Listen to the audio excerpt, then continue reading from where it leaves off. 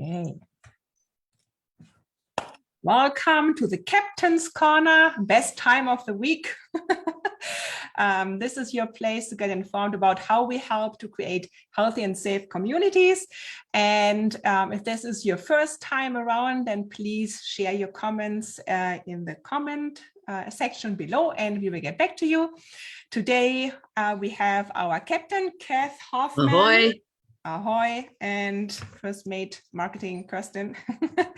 And today we are talking about how things change for people in need and with no home during the summer. Like we had a season in the winter time where my mom asked, do you have homeless people in the winter? Yeah. And so what is it during the summertime, Kath? Like how, like, of course we have no snow anymore, but what else is challenging during the summer period? Well, for sure. And I know all of our hearts kind of open up a little wider for people who don't have a place to be during the winter, of course, like you said, because of the weather. But two, the rainy weather can be really tough on people. You know, they get wet and stay wet. So we have a tendency not to think about that too much. So sometimes lots of rain is a problem. We also have sometimes lots of heat. And remember last year when we had that heat wave thing for that week, and it was so terrible for all of us, even those of us that had a house. So heat exhaustion and dehydration and all of those things are an issue. You know, we want to make sure that we always have water available for people. And also we've asked, I know we've put a call out recently for sunscreen, lip balm, just those things that we ourselves tend to use more in the summer, right? That, of course, that's definitely the case for people that are homeless. We're really glad that we have Cannery Row this year again, so that we have a lot of room to welcome people in during the day. If it's pouring rain out there, we have that option. And so that's a good thing. Just like the rest of us, people like to be outside in the summer.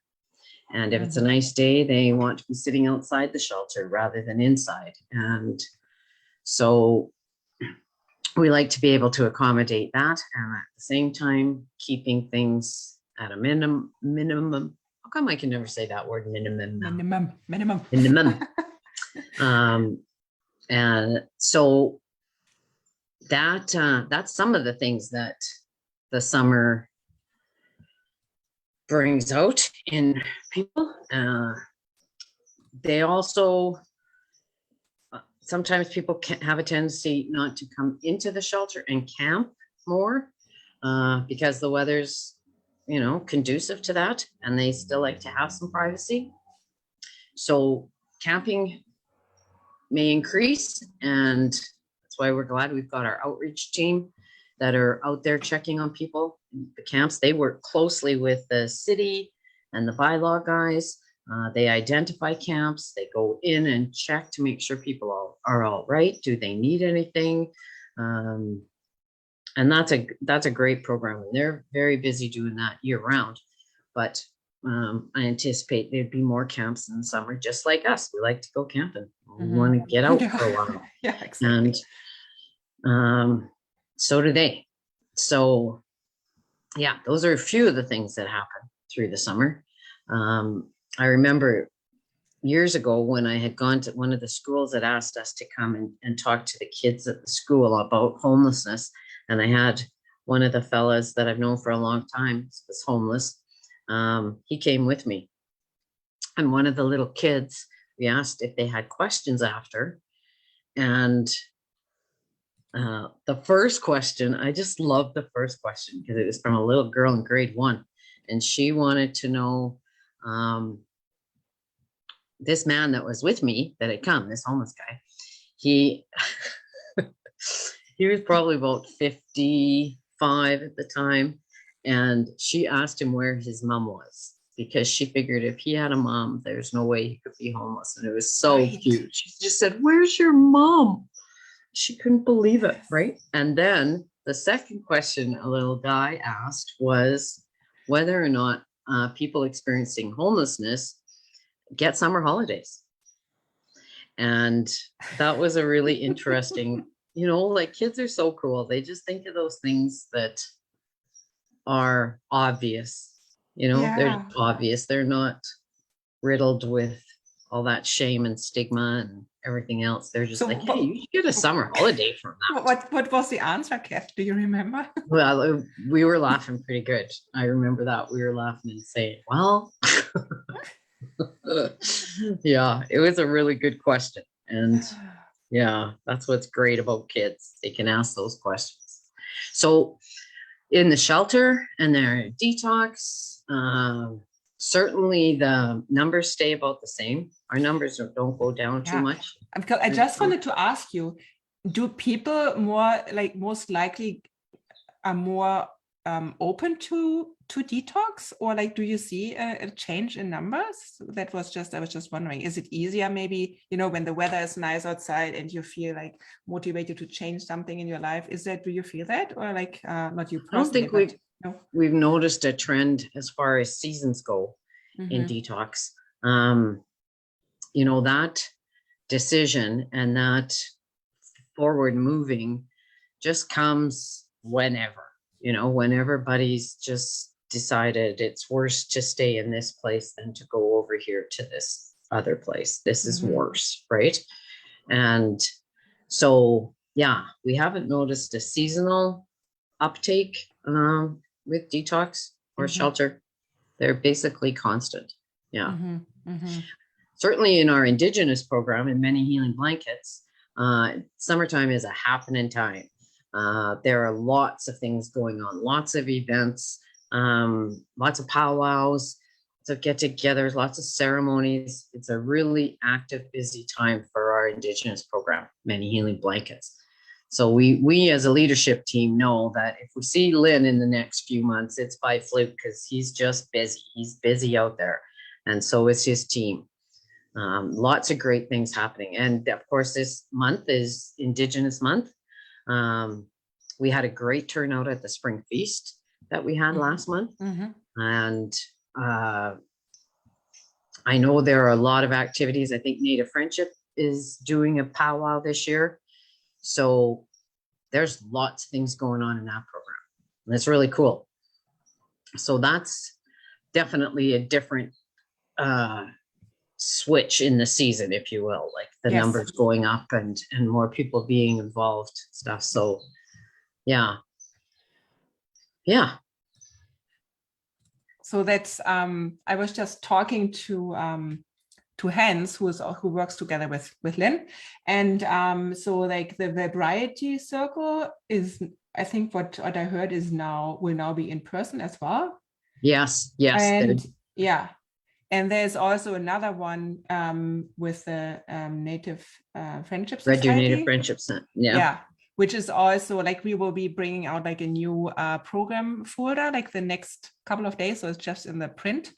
Yeah. So this is quite exciting, I think. Yeah, they are very excited to come back together with people. It's hard. I mean, Zoom worked well, and it certainly was better than nothing. Yeah. But just like in any circle like that, it makes a big difference when people are together, and feeding off each other's energies. And they're excited to be doing those things in person again. And Native Friendship has been, they've been the other organization providing those circles, those Well Variety circles. So it's good to know they're coming back together for that. I know there was something else, Kath, that you wanted to share today with our listeners about a comment. The permanent shelter. Yes. Because we are the date that we're at. I just wanted to remind people that now's the time to be submitting any input they have into the discussion on the permanent shelter.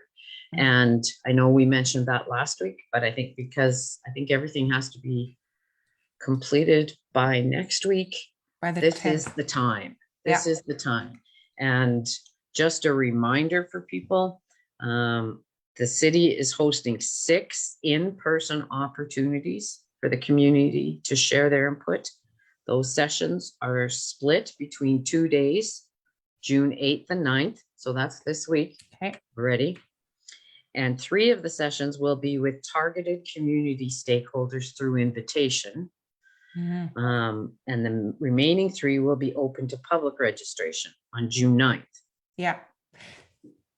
Each session welcomes up to 25 participants to successfully engage in meaningful conversation. I'm just reading this off their thing because I thought it was a good blurb and explained to people how it's happening.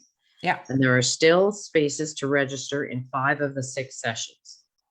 And they're also hosting an online option until June 10th.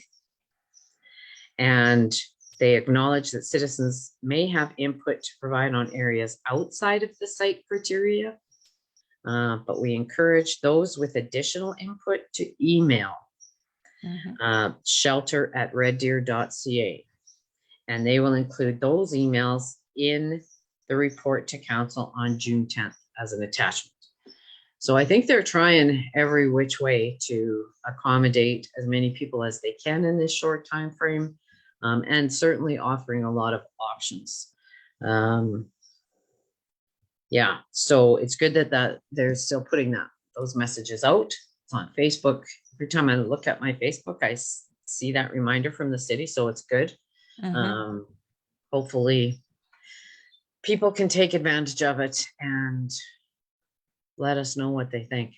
Yeah, we will create, I will create another post so that to remind people. And I think what is so different this time, because I look at different criteria, it's not like against a specific location. It's more like a different perspective on what are the criteria that we need to look at. Yeah. It would be good to hear from lots of people. As with Facebook comments, sometimes they're really hard to read. It's easy to get deflated and think, oh, why do we keep going? You know, just hearing some of the ugly stuff out there. But yeah. But you know, it's always sometimes the people that, like, the majority that is maybe on the same page is not, you know, you don't know their opinion, because oftentimes the people that are positive, like negative emotions, are more shared, unfortunately, on social media than the positive stuff. So yes, of course. Yeah, I know. And I mean, certainly you would think that we'd become immune to such things, but I'm surprised still how much you get poked. And mostly I don't think about it so much for myself, but I always think about my staff who are doing above and beyond in those programs every day and night. Yeah. And I just think, yeah. I gotta be like Captain Jack Sparrow. Captain Jack, gotta get some more Captain Jack Sparrow in me. Yeah, but no, you're right. I know how many supporters we have. I know how many lights, harbor lights there are shining in this community. I know that in my heart. And we appreciate them all. And that's just how media works these days. My goodness sakes, like you just said, everything negative makes all the noise, you know, gets all the attention, which is ridiculous, and hopefully something that can change over time. Yeah. We are working on it with everyone who is listening and shining their light. Yeah. Well, and I think too, because, you know, the people that are making those comments, they're frustrated, right? Like they don't see anything changing. They don't see us helping at all. They think we're enabling people. They don't see it as something good, right? And so then that's really hard for them. Like, and they see this stuff come from the city again, and they're thinking, oh brother, you know.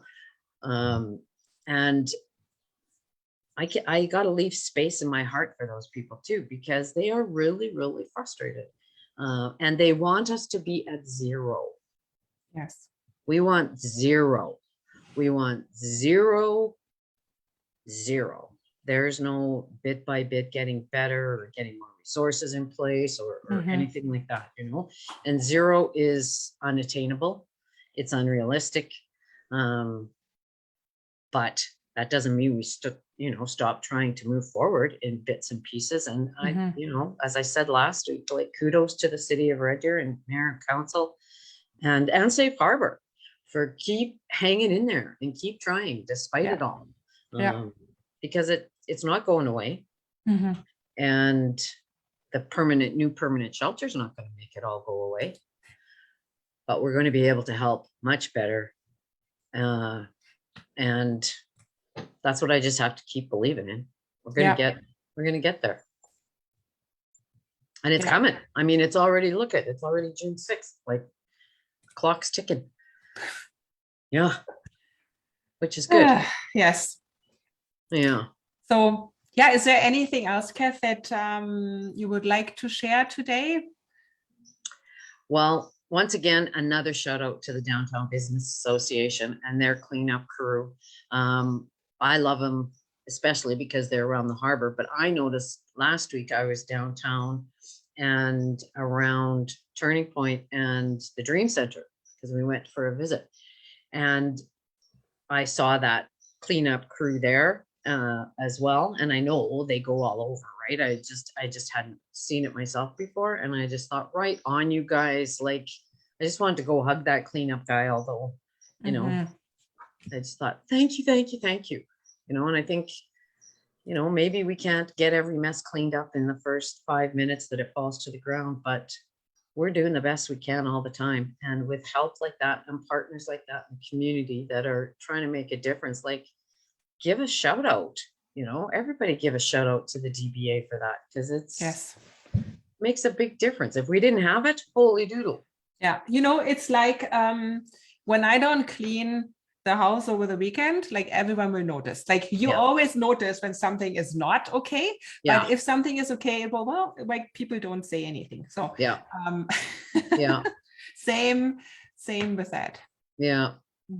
So to anybody out there who appreciates what everybody's trying to do, you know, give shout outs while you can, because it really helps to encourage us and to keep us going. And I certainly appreciate that cleanup crew in the downtown, that's for sure. And everything, like the good vibration that we send out, this is what we get back. So that's right. It's kind of selfish. Like, even if we don't want to, if we do it, we get the good back. So we better do it. Yeah, that's right. Awesome. We have to do it tonight for the Oilers. That's what we have to do. Ay, those guys, they need us. I don't know. Yeah. Thank you so much, Kath, for your insight today. And we will be back next week. And this month, we also have a special guest. We are maybe don't say. No, we are not saying who it is, but guys, we have a really special guest, and we will announce it so that you all have enough time to put it in your calendar. Yeah. You don't want to miss that. It's going to be great. Awesome. Thank you very much, Kath. And as always, steady as she goes.